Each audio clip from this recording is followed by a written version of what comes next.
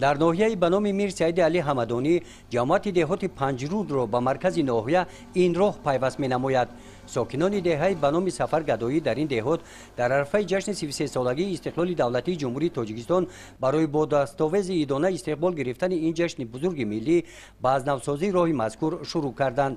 با پیشنهاد مقامات اجرایی حاکمیت دولتی ناحیه در بازسازی این راه برای انجام دادن این تشبث وطن دوستانه اهل دهه یکدلانه این عمل بنیادکارانه را روی کار آوردند. ساکنان مقصد گذاشتند که طبق تاکیدهای رهبر دولت که در پیام‌های سالانه‌شان عاید سطح و صفت ساختمان راه‌ها تاکید می‌سازند، راه را طور باید سازند که جوابگو به معیارهای استاندارد جهانی گردد. برای همین هم در ساختمان راه رهبریت جماعت کارمندان اداره راهسازی و متخصصان را دعوت کردند. نخست موضع‌های پست و بلندی راه را تخت و هموار نموده بعد انجام دادن مرحله اول کارهای ساختمانی سپس به منفرش نمودن آن شروع کردند.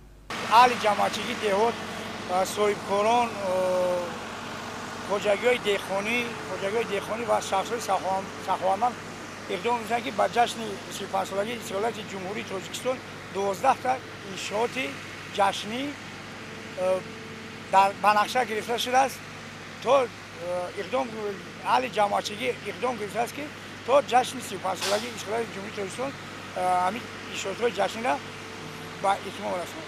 اهل جماعتچی جماعت پنجرود شخصان باور و ناموس سخاوتمند خوجگی‌های دهقانی که ما در حدود جماعت 565 خوجگی دهقانی فعالیت میکند. در مسئله 8.5 کیلومتری راهی بین جماعت دهات دشتگلا و پنجرود که به مرکز ناحیه میپیوندد در مسافه 8.5 کیلومتر ما حاضر منفرش کرده شدیم. در این انشاءات ساختمانی که برای ساکنان این منطقه مهم است، میرزا شیرین کریموف رئیس نوانتخاب جماعت دهات پنجرود و نعمت شاهخیالوف رئیس کمیته خودفعالیت جمعیتی شخصان مسئول میباشند. آنها با مسئولیت بلند رفت کارهای ساختمانی را نظارت بردند. برای فعالیت پرثمر راهسازان برای آنها شرایط‌های مساعد کاری را مهیا نمودند. اهل دهه از آن میندار هستند که در همبستگی با مقامات اجرایی حاکمیت دولتی ناحیه با شرافت دوران صاحب استقلالی کشور و اقدام‌های سازنده همدهگانشان سیمای دهه آنها باز هم آباد و زیبا می‌گردد.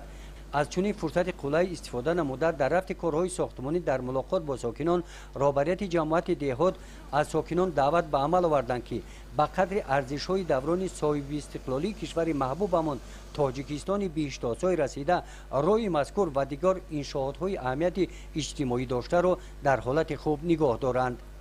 جهت اجرای دستور هدایت‌های جناب عالی جوانان سخاوتمندان دهات تصمیم گرفتند که در رفت آمادگی‌ها به جشن استقلال دولتی جمهوری تاجیکستان راه دهه تا مرکز ناحیه را منفرش نمایند.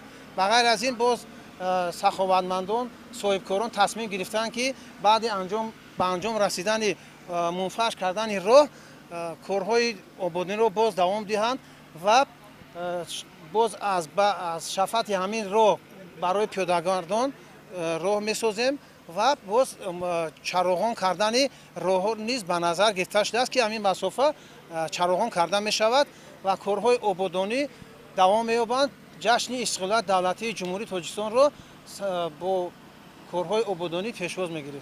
دهات پنجرود با حدود آن 4 دهه به نام سفرگدایی، دهه انجیرکان، سفیداب، کادره داخل می شوند. مساحت راه که با اقدام ساکنان دهه به نام سفرگدایی ساخته می شود مسافه زیاده از 4 کیلومتر را در بر گرفته است.